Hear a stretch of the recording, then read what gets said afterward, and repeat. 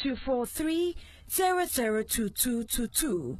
First Digital TV for the Ghanaian in you.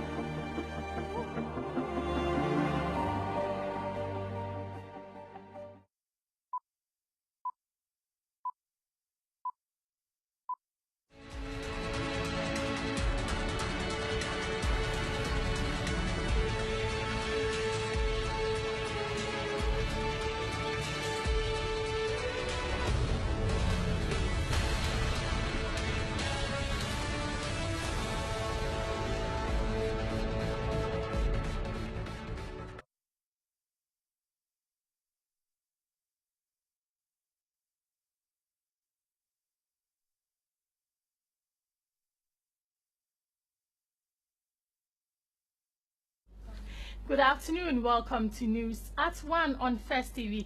We are coming to you live from our studios here in Abilenkpe, Accra. My name is Grace Hamwa Asari. Now let's take a look at the stories that are making headlines today.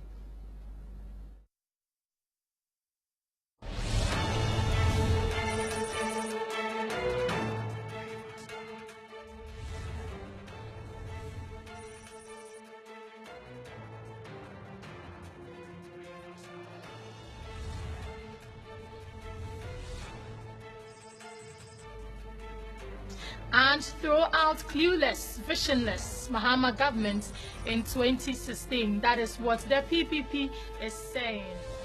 And on the international front, Tanzania's Kikwete sacks Tibakuja overpayment.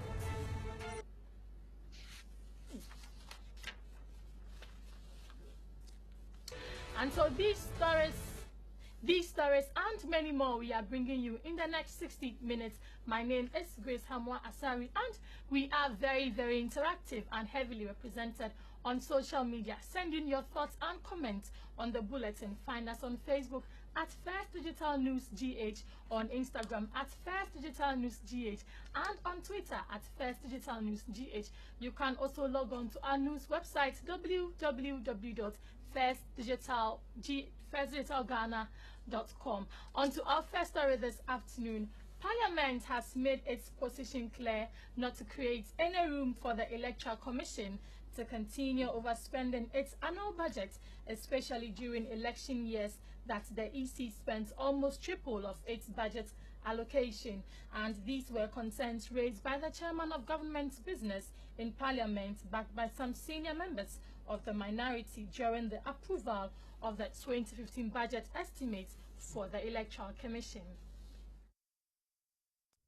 The approval of the 2015 budget estimates for the Electoral Commission sparked so much controversy in Parliament as some members of the Business Committee raised concerns the EC did not follow due process in seeking approval for an additional loan of 170 million Ghana cedis for preparations towards the 2016 elections. The chairman of the government business in Parliament, Honorable Abangbagwe, was not happy how the EC is abusing its position as an independent body and misuses and misappropriates state funds. He said this was clearly demonstrated as the EC failed to follow due process in the submission of their 2015 budget estimates for approval. Mr. Speaker, when the Electoral Commission appeared before the committee at a workshop and the House here, in fact, that made us, even before the official meeting, invite the ministry. The Electoral Commission was able to produce detailed provision for 109, which, in their view, was not captured in the budget that they submitted to the Ministry of Finance. And so we invited the ministry before the committee, and the ministry came and queried them why they did not bring that before the ministry and prove it before the ministry. The Electoral Commission is taking its independence for granted. In fact, they think that because they are independent, they could sometimes bully the ministry and take whatever they are requesting. So the ministry insisted that yes, what you are raising are really serious concerns, but you have to bring it before us and prove the details before we can allow it to be added to your budget. And so what was certainly proven was the 35 million that we accepted and we are requesting the House to approve. The difference between what they submitted, the 143, and the 35 is the 107. But because they were talking about another 109, the ministry said, no. That one, you have to come and prove it before us. In the meantime, we can make provision in the government services budget if you submit and prove that you actually need it for the election processes for other district level elections or the 2016, definitely we will release that. The MP for Sekondi Papa Owusu Ankoma had reservations about how the EC has failed to be accountable and the need for Parliament to take them on. This may not be the best way to go. If the committee is convinced that the sum is needed, let it recommend that we change the figure that has to be appropriated to say that, oh, it will affect the appropriation after all these figures. And that is why the House is there. We can change the figures if we desire. But there's also a problem that I, Mr. Speaker, have with the East. I have a big problem. As far as I'm concerned, it is becoming more and more unaccountable. Year in and year out, we may have problems with elections. The EC never takes responsibility for it. It gives excuses because it's an independent organization. No one wants to touch it. If we believe that they need that much money, well, let's appropriate it to them. But let's ensure that the money is used for the purpose for which it is being appropriated. If it is misused, those responsible should suffer the consequences. Away from the House of Parliament into the PPP, where the Progressive People's Party has urged Ghanaians to kick out what its youth wing describes as the clueless, visionless and helpless leadership of President John Dramani Mahama in 2016, just as delegates of the governing party did of its old executives at the party's National Congress held in Kumasi on Saturday. In a statement signed by the party's National Youth Coordinator, Divine Nkrumah, the youth wing said it was important Ghanaians follow the example set by the NDC delegates and vote out the visionless administration of the Mahama-led government when the national elections come in 2 years. Indeed, NDC delegates have shown that they are Democrats and we must all learn from their example in moving forward as a nation, the PPP stressed. This clearly shows that the delegates and party members were not in the least pleased with their unproductive leaders who had no vision in terms of advancement of the party. The delegates must therefore be applauded for setting the example that Ghanaians ought to follow in 2016. That is, getting rid of the current non-performing NDC government whose only achievement has been to bring the nation into economic turmoil. This is the kind of lesson that we must all learn from, the statement said, adding, the Mahama-led administration has so far proven to be helpless and clueless in the face of economic and power challenges that the nation has been plunged into due to the government's ineffectiveness. Crude oil prices have reduced to a record level of under $60 per barrel, yet we are selling a gallon of petrol for more than 15 Ghana cedis in Ghana today. And still in politics, former First Lady Nana Konadu Agyeman-Rawlings has stressed she is never returning to the National Democratic Congress, NDC.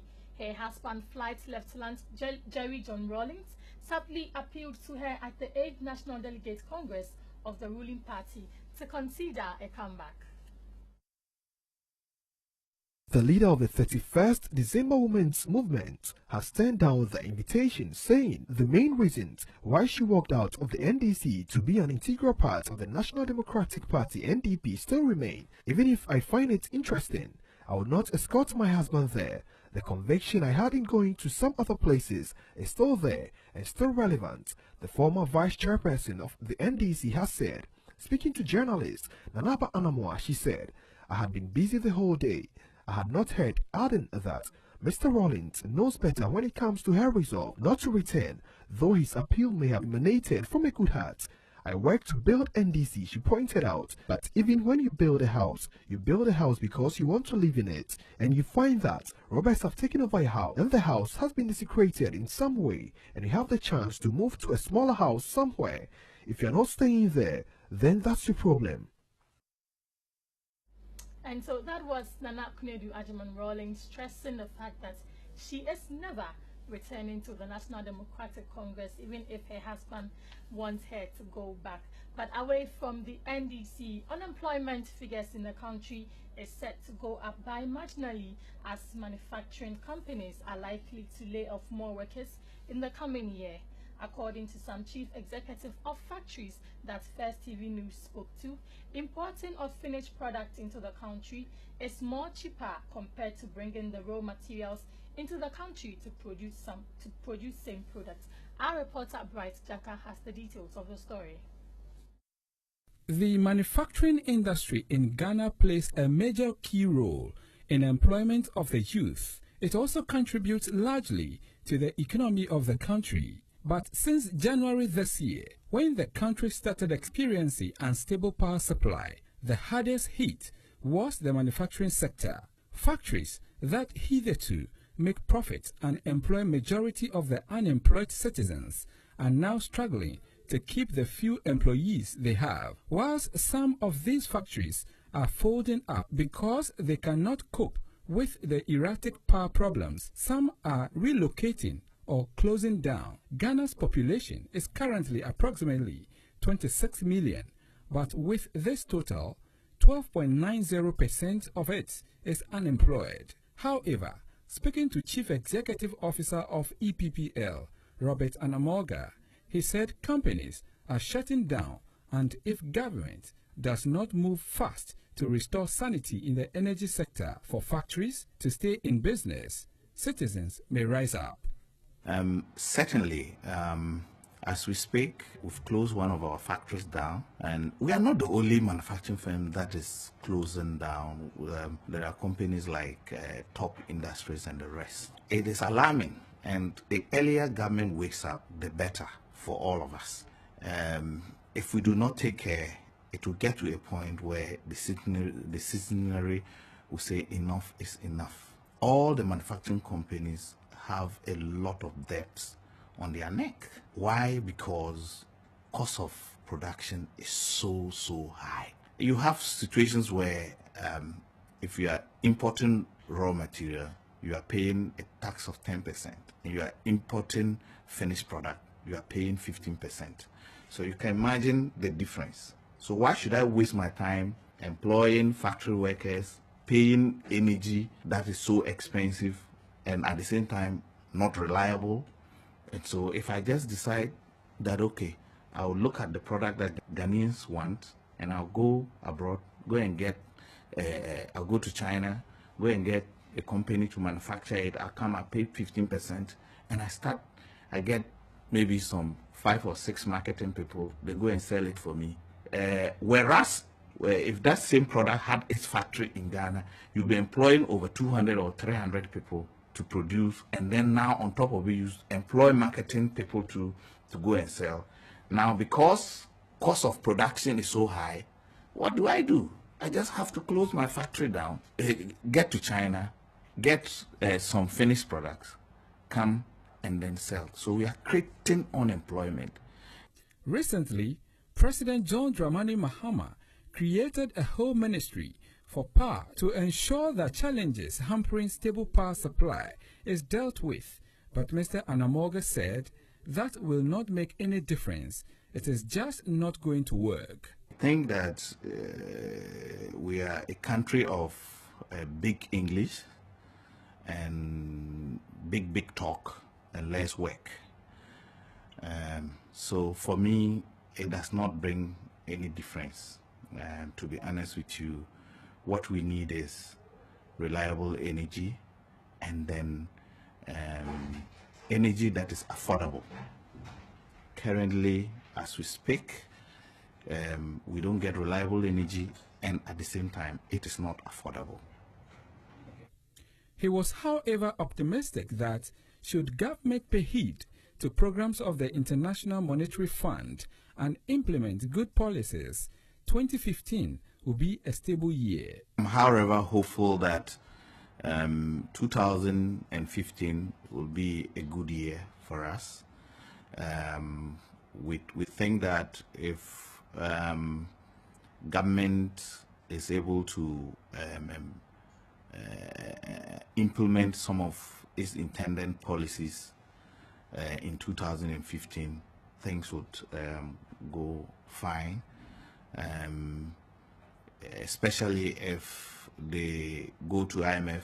I'm sure there are a lot of pragmatic policies that IMF will compel them to do, and if they listen, probably 2015 will be a much better year than 2014.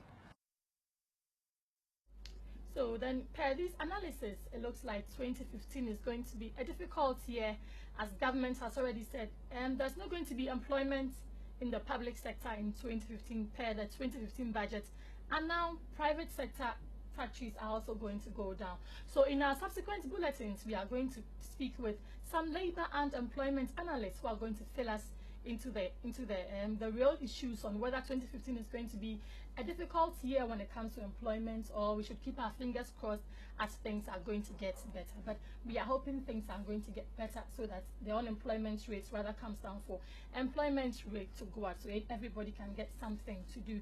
But away from employment, the energy expert Ishmael Adekumhene has said that government created a big problem for itself when the National Petroleum Authority refused to review downward the prices of petroleum products. According to him, the price of crude oil on the world market will increase, and the citizenry will rebel if petroleum products are increased again.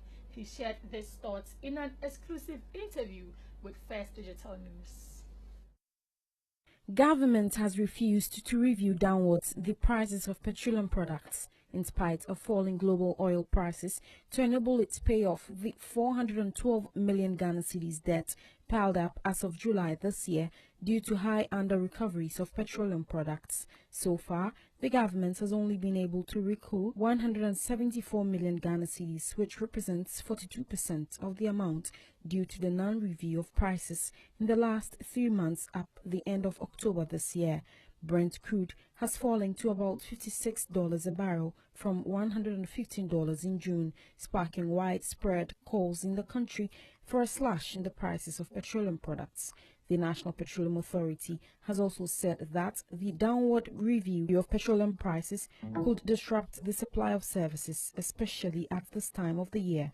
In an exclusive interview with First TV News, energy expert Ishmael Adekumhene said, despite government's justification that it is paying off its debts, the reduction in crude oil should have been reflected on the prices of petroleum products to prevent the citizenry from flaring up, because crude oil prices would go up again. It has to reflect, but MPA is telling us they are not reducing it, not because they don't know we have to reduce it. They say we have a debt that we have to clear, because in fairness, if you don't do that, then you don't have any moral justification to increase the prices when the prices start going up. Ishmael Adekumhene charged government to make known how soon the debts will be cleared. What is not clear, and we are yet to run the analysis. Once we know the production volumes, we'll be able to know how much savings we've made as a people, and they should tell us the debt and how long they're going to recover that debt, because they should have allowed it to reflect. Okay, even for a short period of time, to reflect that, oh, we've reduced it. The thing is coming down by 30%, 40%, you're reducing it by 2%. It's an insult. And the president of the Pontifical Council for Justice and Peace at the Vatican, His Eminence Peter Cardinal Apia Texin, says the celebration of Christmas is the greatest test of interreligious dialogue in Ghana.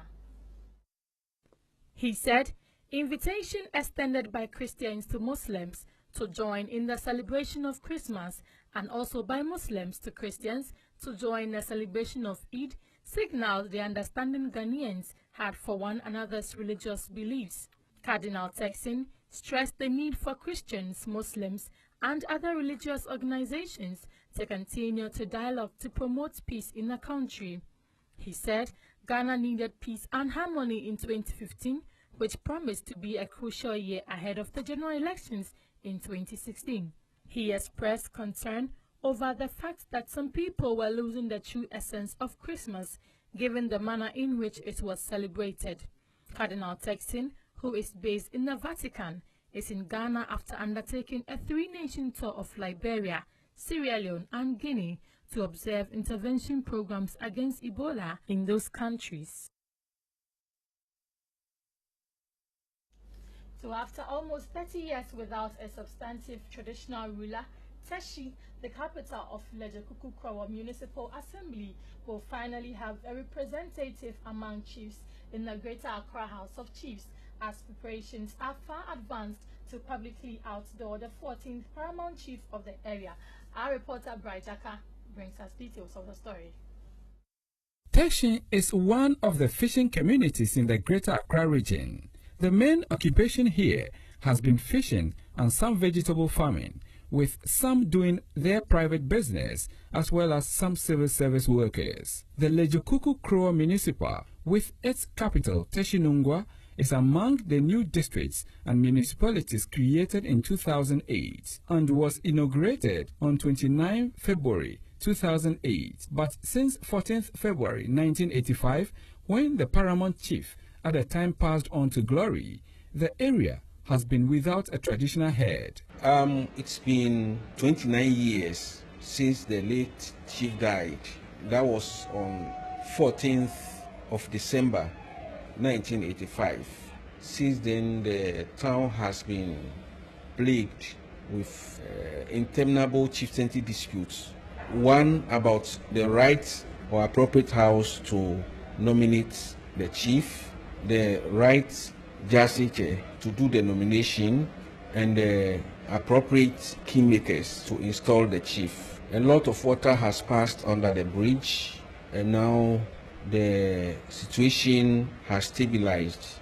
Several attempts were made to install a new paramount chief, but were met with resistance from some clan houses in the area, leading to clashes and the death of some persons and injuring others in the process.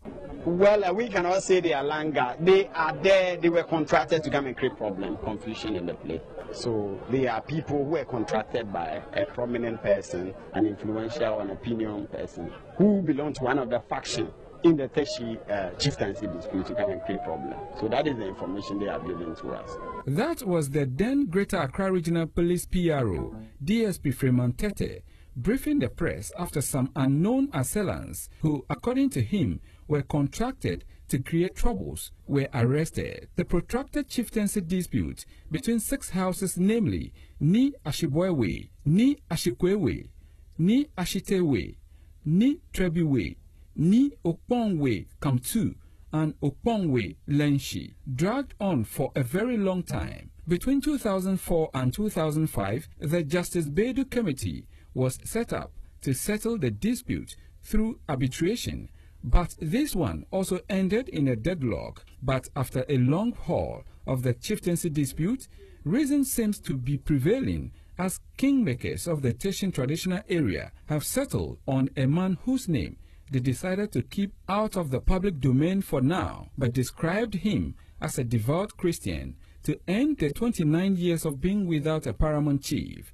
Ni Ashikwe Kwabuche II is the Teshie Jasiche. He told First TV News in an exclusive interview that Teshie will by early next year witness a memorable inauguration of the 14th paramount chief of Teshie traditional area.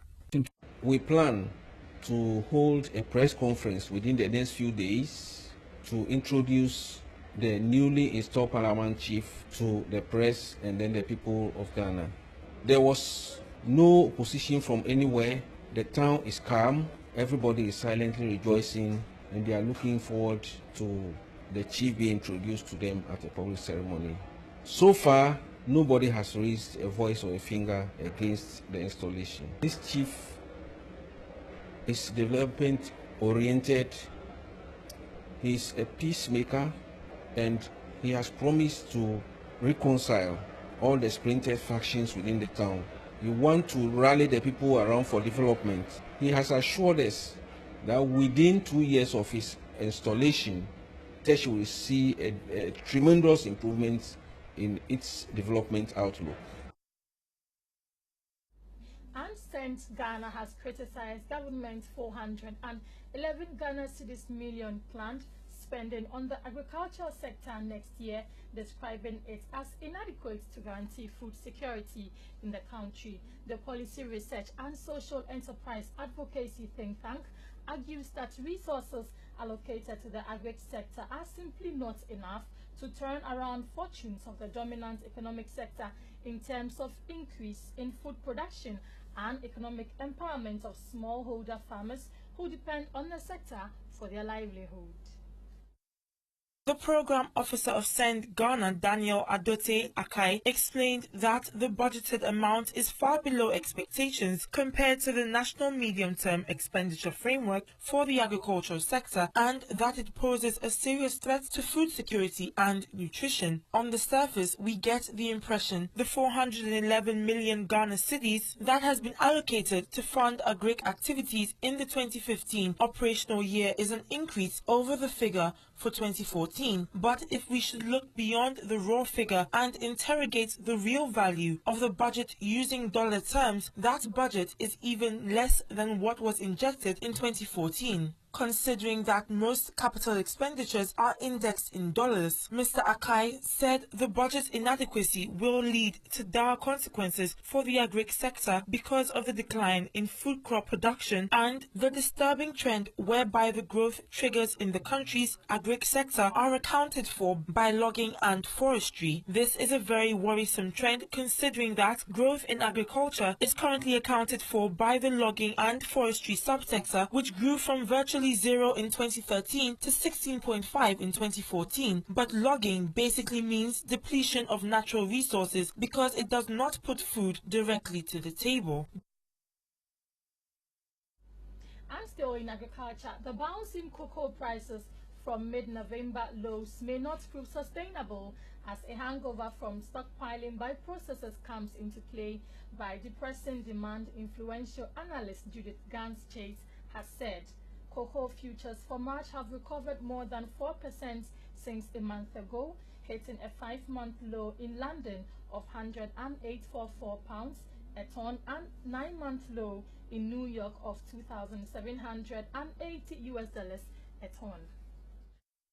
The revival has been spurred by concerns that cocoa production in Ghana and Ivory Coast, the top two producing countries, may disappoint in 2014 to 2015, with trees too fatigued by last season's bumper harvest to repeat the performance. However, demand may miss expectations too, as the retreat in concerns over the spread of Ebola in West Africa, a region responsible for most of the world cocoa production, allows processors to run down stocks built up as disease worries were growing over the summer. It leaves prices, which is landing, remain 10% below their September high, and in New York are down 13%, vulnerable to a further spill, as those that bought forward aggressively no longer have the need to shore up stocks. Indeed, the market to suffer a void of physical interest going forward, she said, foreseeing a marked slowdown in demand growth ahead. It is rare that cocoa grind actually declines, and with the global economy gaining moderately, I would not expect a slump. You're still watching news at 1 on First TV. Time to go for a break. The news returns shortly.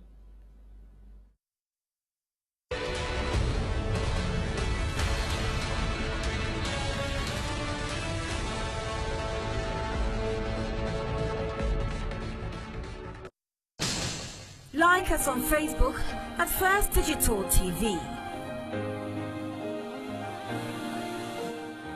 I love you, you love me, baby, I know it's true. Sometimes it's crazy. You can now pay your 20 Ghana Cedis First digital subscription at your nearest GN Bank. Just walk in with your UN number, which you can find by pressing CAS on your remote. Please pay now to avoid disconnection. Call 0243 002222 for more information. First Digital, for the Ghanaian in you.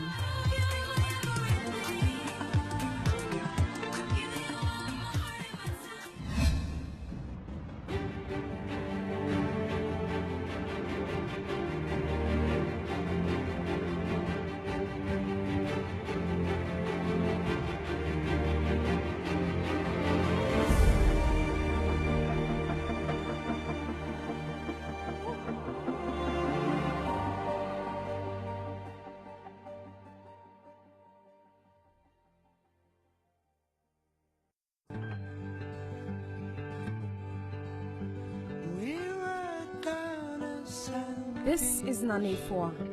She's thinking about how to cover her university education in the future. Mr. Sari is so confused about how to list his company on the Ghana Stock Exchange. Atta is a organizer and is wondering how to expand his business someday. Do you want to buy shares on the Ghana Stock Exchange? Or probably sell your shares? Are you interested in investing in treasury bills? Have you been thinking about listing your company on the Ghana Stock Exchange? Talk to GN Investment today. You can reach GN Investment on 030-9788-3809. Efwa's parents learned from GN Investment how they can invest money to pay for her university tuition. GN Investment helps Mr. Sari with market research, company valuation, and how to list his company on the Ghana Stock Exchange. GN Investments visits Atta and advises him on how to grow his small business. At GN Investment, we proudly say that we invest with discipline.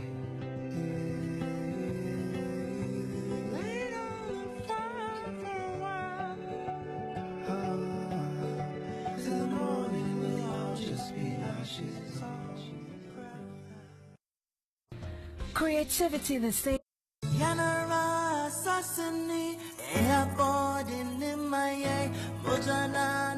Hello, my name is Annie Efwa Ampopo, host of the First Show on First TV on the platform First Digital. The First Show displays to you a lot of issues on your table. Talk about education, social matters, security, politics, and of course, entertainment. Obviously, government people think of some animal standpoint. Government is you and I, it's our money. If you want me to debate him on good economic governance, invite me. We've done things the same way for many years and we are not getting any different results. You have to balance it. You have to find a way and you have to find champions there. The fact that a journalist may not be professional at what he or she does not give anybody the right to assault the journalist in the line of duty. You can't say someone should dress the way you like. If the fabric is very busy, the style should be as simple as possible. Do rise above the noise every Monday to Friday and join me from 6:45 to 9 a.m. as I serve you with breakfast. The First Show, issues worth your time.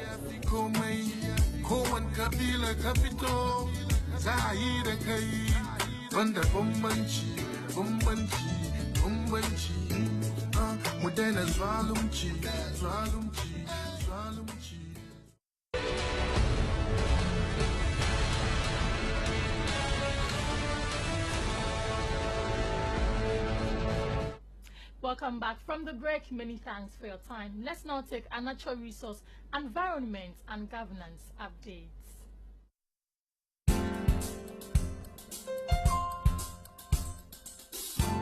Ghana has begun processing gas from its offshore Jubilee oil field through a pipeline project that could save the government $300 million a year on fuel costs. Even when the current steep drop in oil prices, state-owned Ghana Gas said the Atuabo gas plant is supplying 50 million cubic feet of gas per day to nearby thermal power generators operated by the Volta River Authority power utility in the western town of Abuadze. The statement said it has also produced 3,000 tons of liquefied petroleum gas and condensate as byproducts.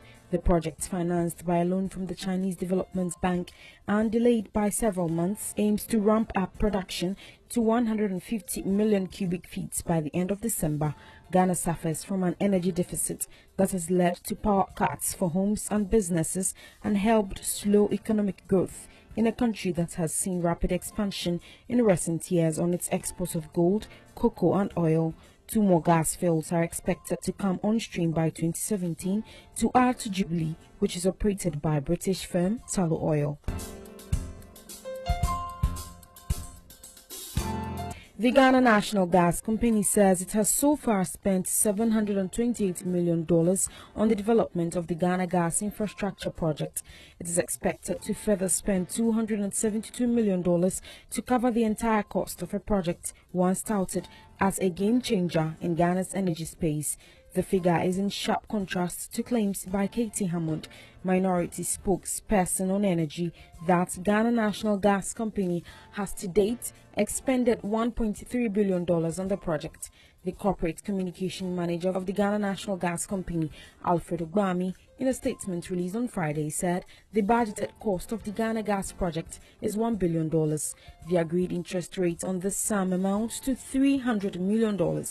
So when the loan amount of $1 billion and the estimated interest of $300 million are capitalized, the asset cost will amount to $1.3 billion. This does not mean the cost incurred on the project to date is $1.3 billion, because at the end of the project, repayment of the principal loan and interest will be made on the actual amount expended. Currently, the amount disbursed on the project stands at $728 million. Ghana currently has gas deposits of about 200 billion standard cubic feet offshore the Jubilee field, which the country wants to utilize as a source of cheap fuel to power its thermal plants for generating electricity. Time now to do some business stories.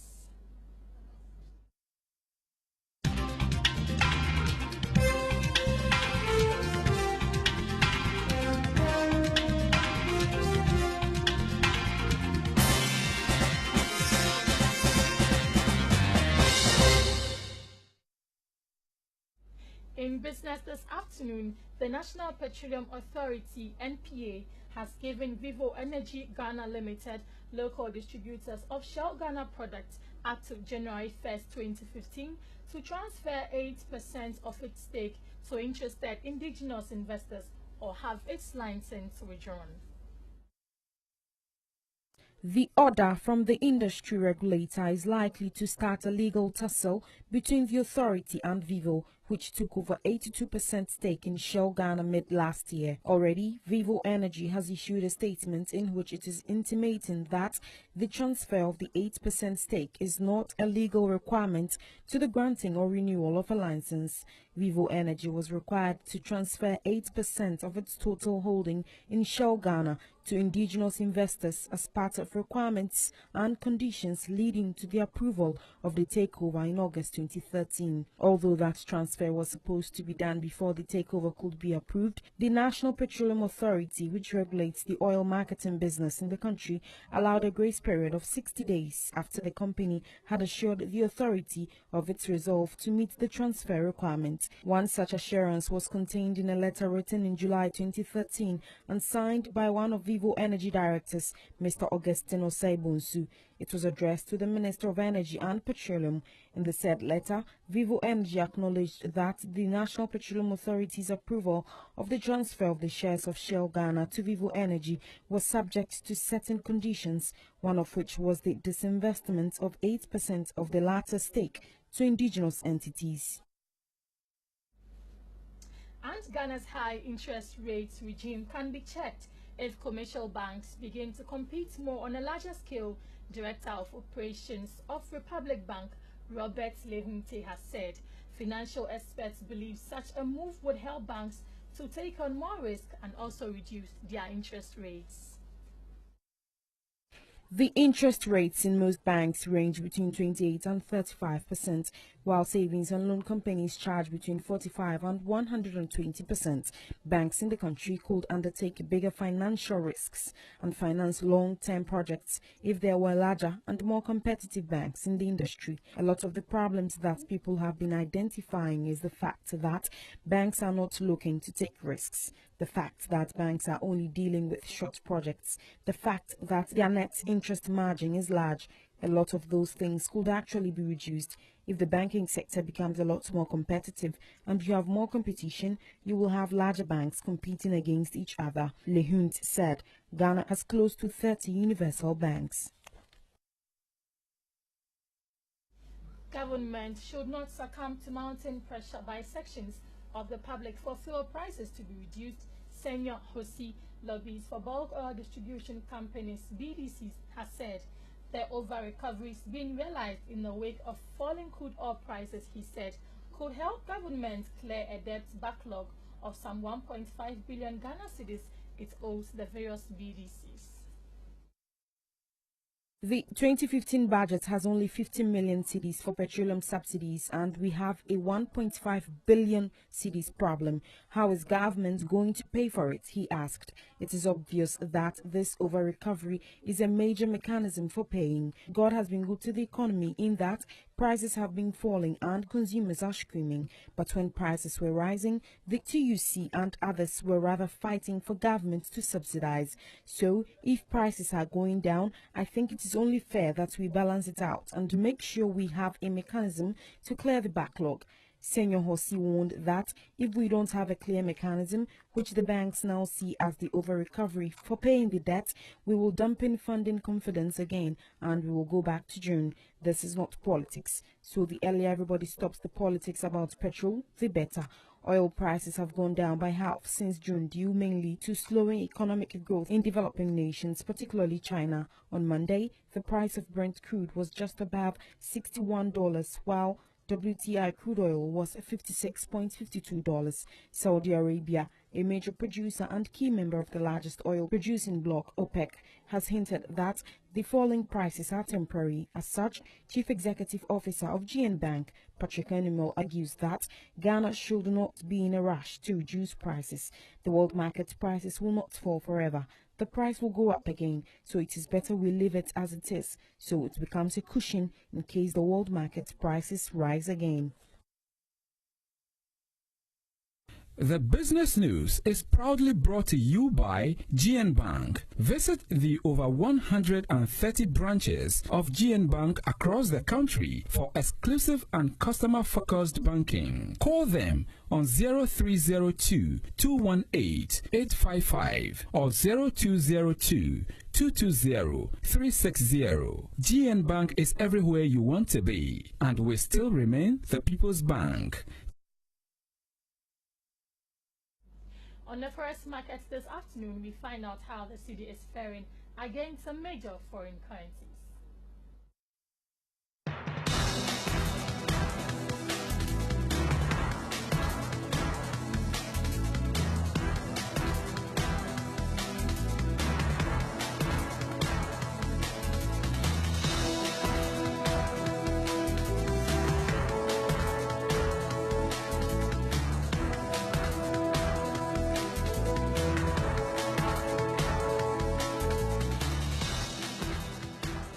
Market and Forex News is brought to you by Gold Coast Fund Management. Call them for free investment advice and get more details on their products on 0302 11411 or 0277 56877.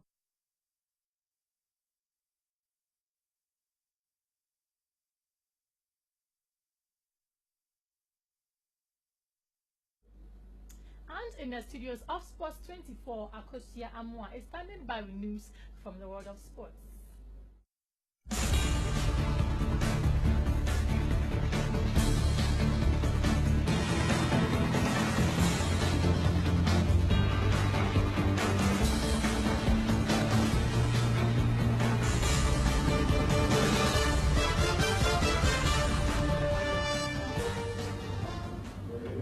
You're welcome to the sports segment of the news from the studios of Sports 24 on your first digital decoder with me, Akosi Amwa.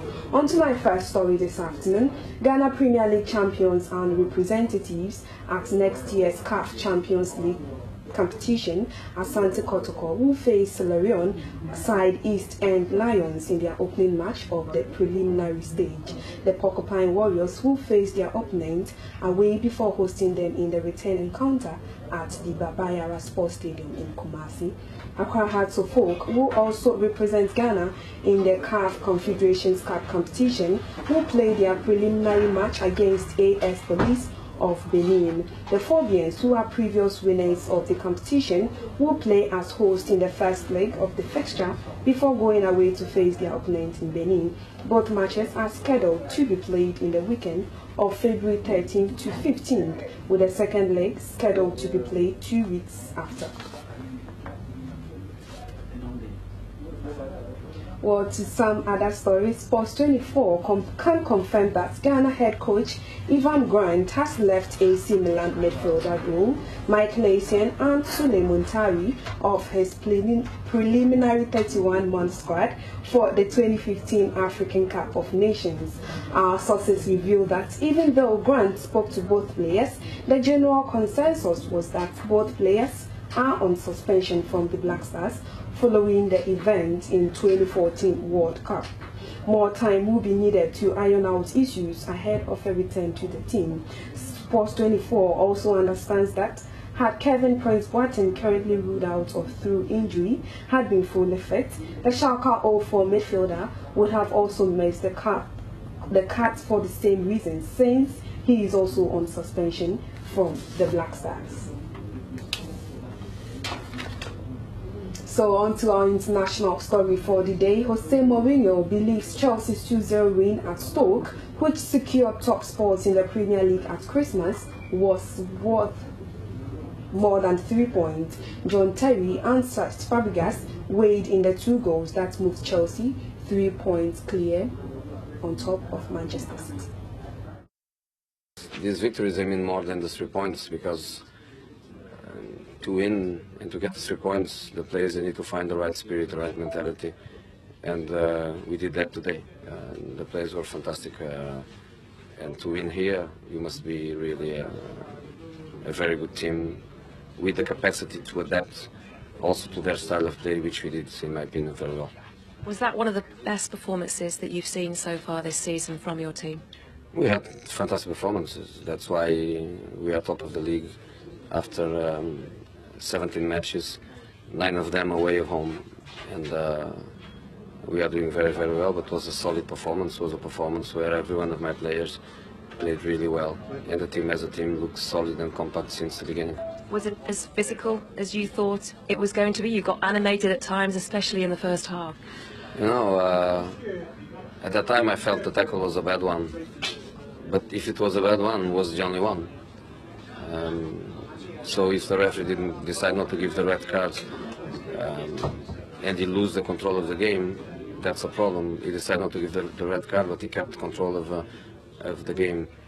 And we react well because we didn't want to do the same. So in the end of the day, it was a fair game, a typical winter English game, but fair. And they have their style of play, and we had to respect them and to adapt. You got off to the...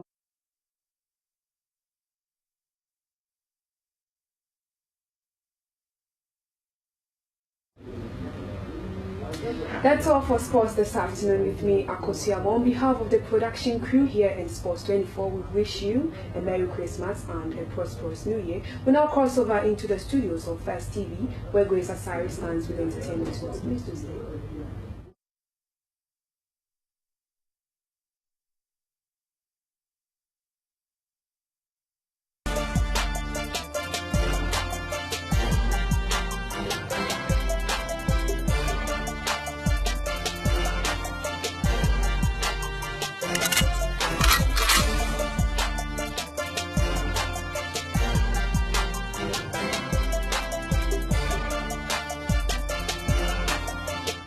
In entertainment this afternoon, she is fashionable, Very vocal, has a great voice and produces good songs, but gospel artist Gifty Osei is not happy with insults she receives on social media from some members of the public who visit her fan page. I am sometimes forced to ask God why I should be made to tolerate all the unkind words from people, the same people for whom I sing words of encouragement and upliftment. I ask myself if I should go on with this ministry because at times the insults are just too much and I wish I could do something about it, she said in an interview. People talk about things they have no idea about. They talk like they live in the same house with me, and it is very unfortunate that we have to go through all that. In an answer to whether she thought she was above criticism, she quickly responded, "Of course not. I am not. I mean, I am human and definitely will not get everything right, but sometimes the way people go about it, twisting and saying things that are not true, hurts me. Sometimes just by you posting your profile picture, the kind of insults that would follow are simply heartbreaking." So Gifty Osei there saying she doesn't like the insults we rain on her anytime we visit her Facebook page. But away from Gifty Osei to Okyeame Kwame, musicals are quite new to Ghanaians, yet Okyeame Kwame's versatile show has captured the hearts and minds of the audience who attended not only the first show in November, but the Beggars replay on Sunday, December 22nd, 2014.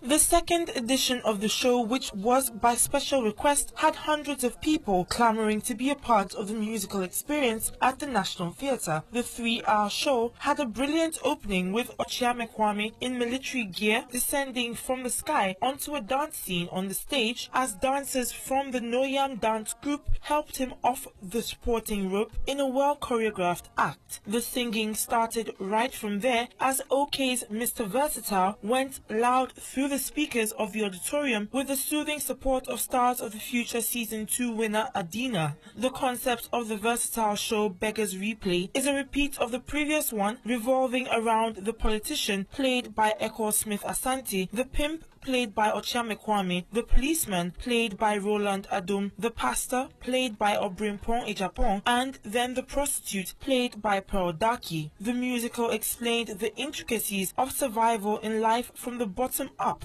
starting with Okyeame Kwame's desperation in making it in the music industry, thereby becoming a pimp to survive. Comedy was rife in the musical, especially from the roles played by the pastor Obrimpong Ejapong and his interpreter Robert Nana Kodia, and the beggars played by Ben Kwade and Ajeti Anan.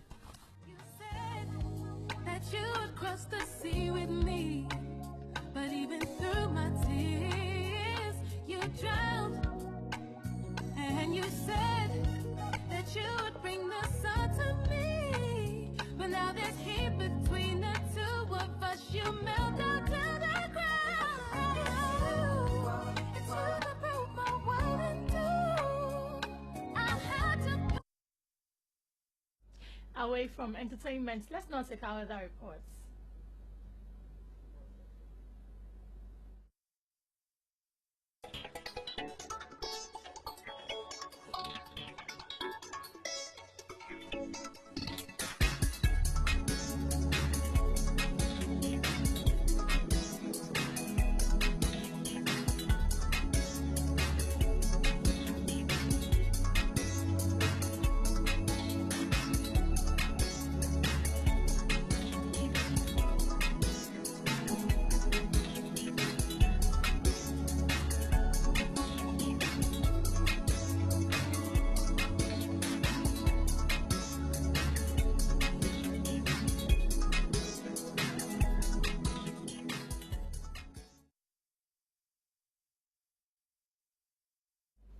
Time now to spread our tentacles outside Ghana and do some international stories.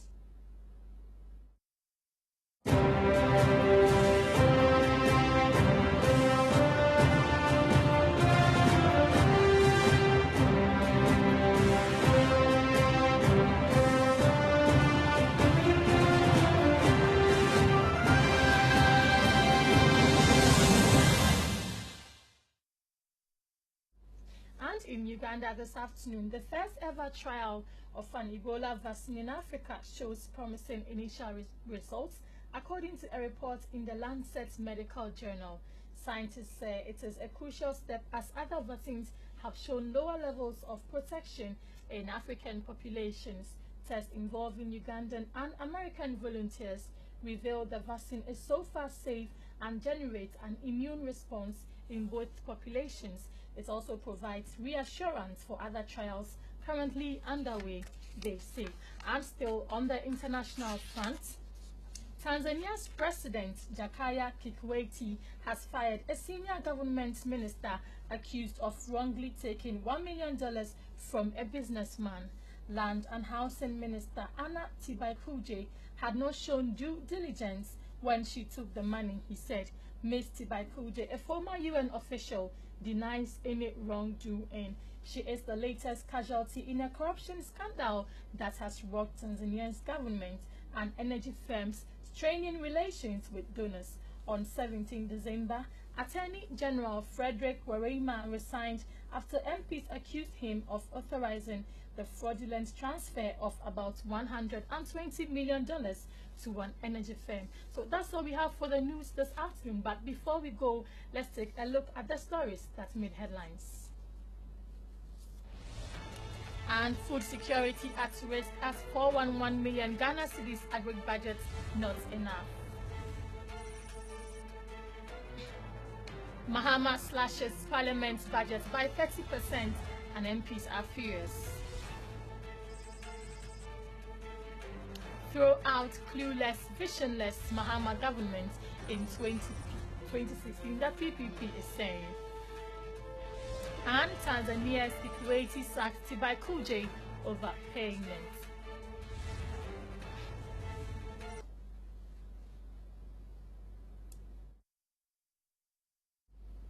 So many thanks for your time for the news. My name is Grace Hamwa Asari and we came to you live from our studios here in Abelenkpe, Accra.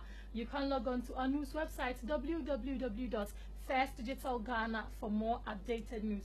Also walk into any GN Bank branch across the country and purchase for yourself a First Digital decoder. And don't forget to pay your 20 Ghana Cedi subscription fee to be able to enjoy the interesting package we have for you this festive season. On behalf of all of us here, we say season's greetings, happy holidays, and the best in the Yuletide period.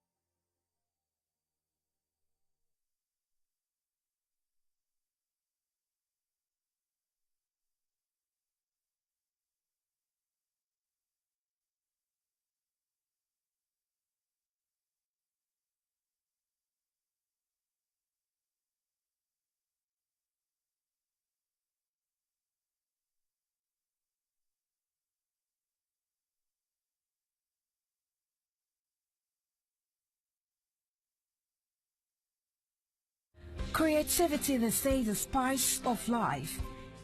It is what we translate into art. Being artistic, therefore, is a necessity of life. Let's make it rich, let's make it exciting, and let's get creative to spice up life. Hey, lovely viewers, you're welcome to Arts Afrique on First TV. Right now, I'm currently at Laboni Police Barracks, and I'm here with Efia Sechi, who is into fashion design, and she does a lot of things: shoes, bags, slippers, necklace. What of you? She's here and she's going to tell us how she does her things. I think she's going to start with the slippers, yes, but I'll let her, do some talking for you to get a feel of her. Hello, Ifya. Hi. How are you? I'm good, and you? Okay. So, Ifya, are you glad we are here? I'm very happy. You are very happy? Yeah. And are you ready to show viewers what you think? Yes, I'm ready. But first, before you start, I'll ask you, what inspired you to go into fashion design? There are so many interesting things around. Like, if you see something, you try to create it. Yeah, you try to see if you can make what you've seen. So that inspired me to go into fashion design. So did you actually go to school to learn it? Yes, please. I went to school. And initially, how did your parents take it when you were like, mommy or daddy or sister, I want to go into fashion design? Because most parents want their kids to be lawyers, doctors, pilots, and what have you. You decided to go into fashion designing, and I don't know, how did they see it? Oh, it was not so difficult for them, yeah, because I went to Regents University, and when I stopped and said I was going to a fashion school, it was like, why? And I still went on, I pressed on, and then I went to the fashion school. And so after I started doing my own. And first of all, like, since you started, is it working for you? Yeah, it's working well, very well for me. Are you making money out? Seriously? So can I join you? Yeah, you can. Why not? Oh, okay. So she's making lots of money, and I'm going to join her because I also want to get money. Yes, I love money.